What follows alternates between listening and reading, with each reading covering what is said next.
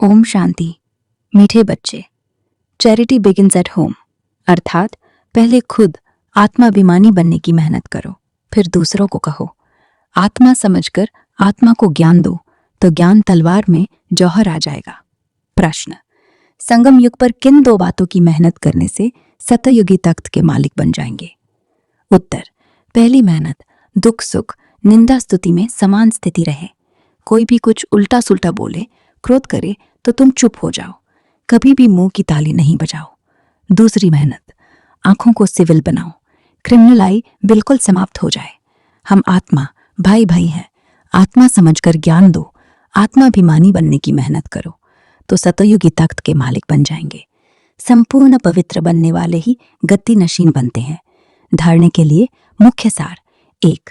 गायन और पूजन योग्य बनने के लिए स्पिरिचुअल बनना है, आत्मा को प्योर बनाना है, आत्माभिमानी बनने की मेहनत करनी है। 2. मन मना भाव के अभ्यास द्वारा अपार खुशी में रहना है, स्वयं को आत्मा समझकर आत्मा से बात करनी है, आंखों को सिविल बनाना है। वरदान: मास्टर रचयिता की स्टेज द्वारा आपदाओं में भी मनोरंजन का अनुभव करने वाले संपूर्ण योगी भाव।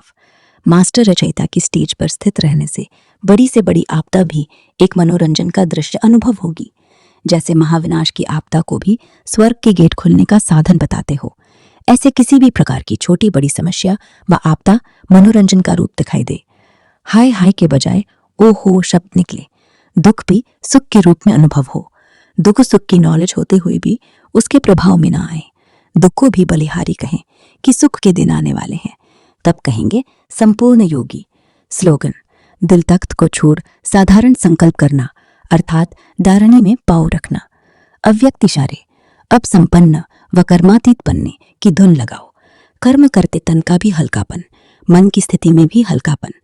कर्म की रिजल्ट मन को खींच न ले।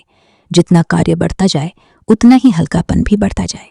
कर्म अपनी तरफ आकर्षित न करे, लेकिन मालिक होकर कर्म कराने वाला करा रहा है और करने वाले निमित्त बनकर कर रहे हैं।